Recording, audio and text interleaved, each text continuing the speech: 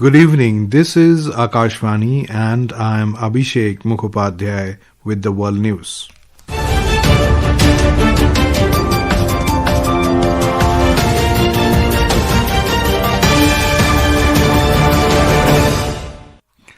The headlines.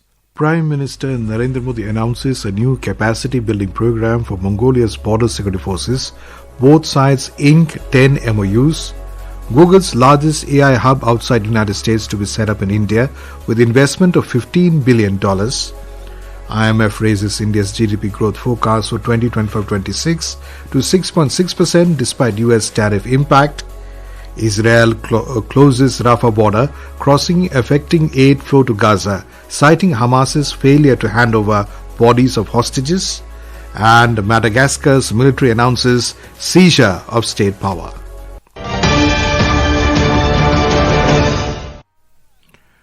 Prime Minister Narendra Modi has announced a new capacity building program for Mongolia's border security forces as part of efforts to deepen cooperation between the two countries.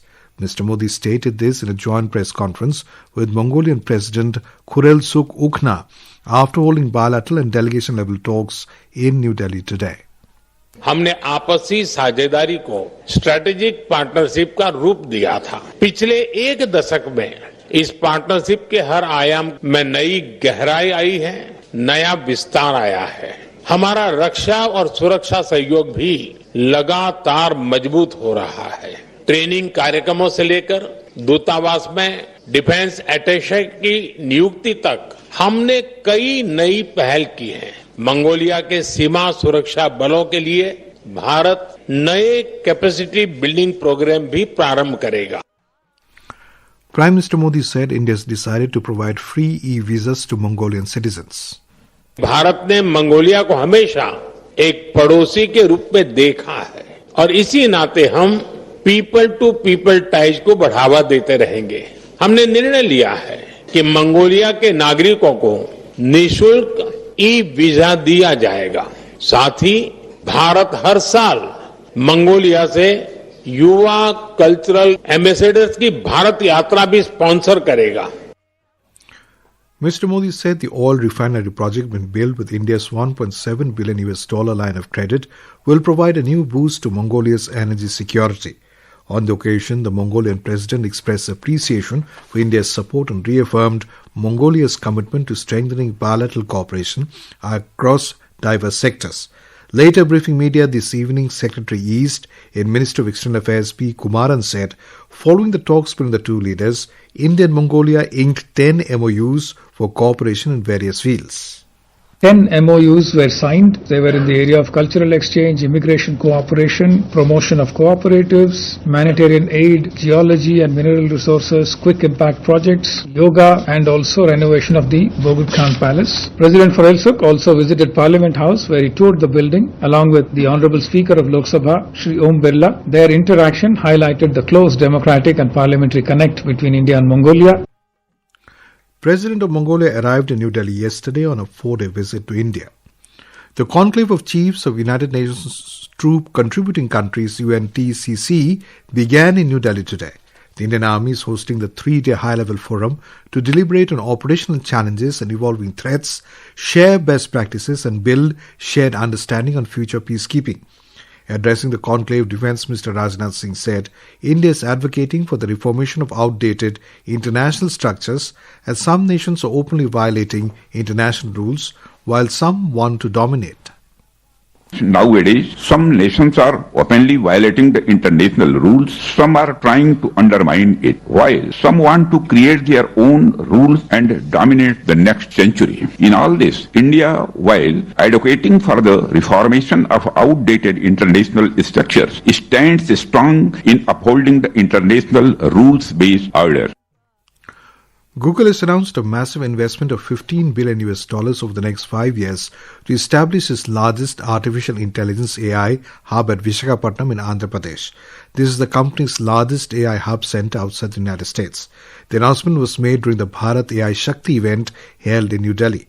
Speaking on the occasion, Electronics and Information Technology Minister Ashwini Vaishnav today said the AI hub will contribute to the India AI mission in many ways. This AI hub will be a very important contribution to the AI mission goals in three different ways. First, skilling. We all know that AI is fundamentally changing the way the world moves today. Under such circumstances, there is a serious concern among a lot of IT professionals of what their jobs will be, where they would, how their lives will be impacted. So it's very important for all of us, especially the industry, to reskill and upskill our IT professionals in a major way. I would request Google to help the IT industry in that. Prime Minister Narendra Modi has expressed happiness over the launch of Google AI Hub in Visakhapatnam. Replying to a social media post of Google CEO Sundar Pichai, Mr. Modi said the initiative will ensure delivering cutting-edge tools to our citizens, boosting digital economy and securing nation's place as a global technology leader. The International Monetary Fund, IMF, has said India's GDP will grow faster than estimated earlier despite the impact of US tariffs on Indian economy. In its World Economic Outlook report released today, the IMF showed India's GDP growth rate for 2025-26 at 6.6% versus 6.4% earlier. But the IMF has lowered its estimates by 20 basis points to 6.2% for 2026-27. The upward revision was on carryover from a strong first quarter, more than offsetting the increase in the US effective tariff rate on imports from India since July. This is Akashvani and you are listening to the World News. We bring you the top international news and updates from around the globe. Israel has closed the Rafah border crossing between Gaza and Egypt till tomorrow, affecting flow of aid into the Palestinian enclave. Israeli officials said the decision has been taken after Palestinian militant group Hamas did not hand over bodies of hostages it is holding as part of the new US brokered ceasefire deal, without elaborating on how long the move would last. Hamas previously indicated that recovering the bodies of some hostages may take longer.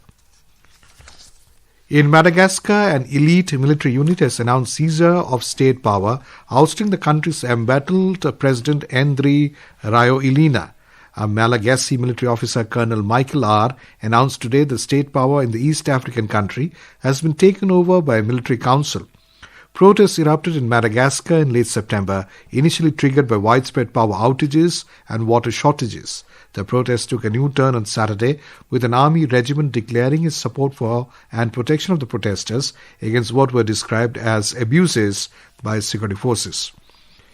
In Bangladesh, at least 16 people were killed and several others injured after a fire broke out at a chemical godown and a garment factory in the Mirpur area of the capital Dhaka today. An official said the death toll is likely to rise as rescue efforts continue. Director of the Fire Service and Civil Defence, Lieutenant Colonel Tajul Islam Chaudhry, said the bodies have been sent to Dhaka Medical College Hospital for identification. Russia claimed today that it took control of another settlement in Ukraine's eastern Donetsk region. In a statement, the Defence Ministry said its forces captured the village of Balahan, about 8 kilometers east of the city of Pokrovsk, a key front in the over 3.5-year Ukraine war. In the Sultan of Johor Cup, the hockey match between India and Pakistan ended in a 3-3 draw in Malaysia this evening. India registered a 3-2 win over Britain and a 4-2 conquest against New Zealand in the previous matches. In cricket, India defeated the West Indies by 7 wickets in the final test of the 2-match series in Delhi today. With this victory, the hosts have registered a clean sweep over the West Indies 2-0.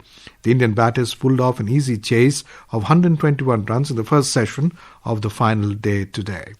And now, before we close, here are the highlights of the bulletin. Prime Minister Narendra Modi announces a new capacity-building program for Mongolia's border security forces. Both sides inked 10 MoUs.